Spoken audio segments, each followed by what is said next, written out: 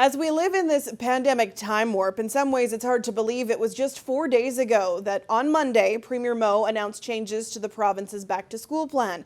The plan has become a bit of a political football. Adam Hunter covers politics for CBC Saskatchewan and joins me now. A lot of provinces continue to tweak their own plans. I imagine we'll see more changes as we get into the school year. Yeah, Sam, it's the only football that's being played right now, sadly, in Saskatchewan.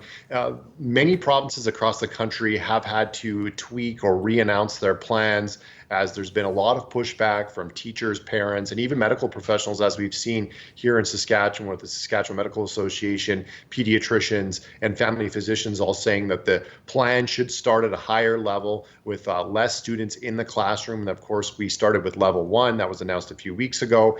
And we're moving closer into level 2, as we know, thanks to a Canadian Press report by Stephanie Taylor, that there's going to be 24 of 27 school divisions as of right now going to masking inside the school. We could have all 27 by the time school starts on September 8th. And as you mentioned, we have the Premier talking about a few changes which he announced on Facebook last Saturday, which is something we weren't expecting, and some extra funding for school divisions. But that money is conditional. $20 million they'll have to apply for. Some school divisions saying they have to spend what they have right now and then apply for that money. And that money's not guaranteed to be there in time to, let's say, hire more teachers or do increased cleaning, hire more custodial staff, let's say, before the school year starts as scheduled on now September 8th.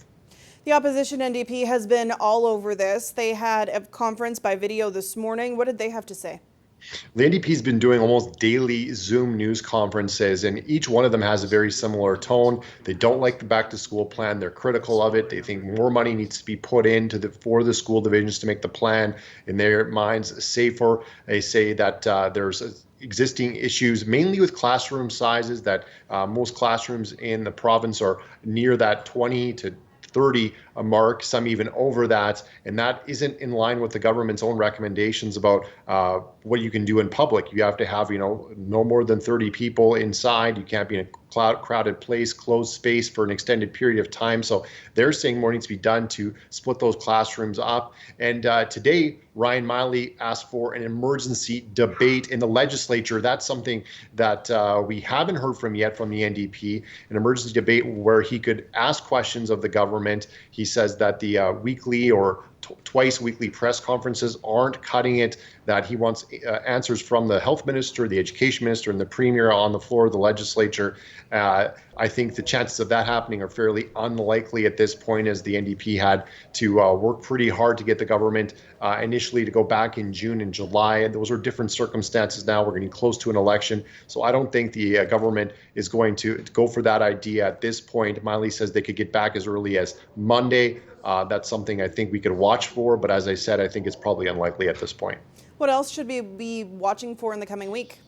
I mean, I think everyone who's been following the COVID news in the province, we've had different sort of big headlines. Early on, it was the outbreak in the Northwest. Then we've had other outbreaks on colonies. And now the focus is squarely on the education plan, as that now affects, hundreds of thousands of people in the province. Anyone who had a bubble of, let's say, 10 to 15 people, if you have a spouse who's a teacher or a child going back to school, your bubble is now going to explode. So I think that's something that people are continuing to be asking questions about. And those answers may not come from government, Sam. They may come from the school divisions or specific schools. So we'll be watching those plans closely. It's hard to keep track of all 27 school divisions, what their plans are, but I think many more stories on the school front, on the back to school plan, are coming in the next few days.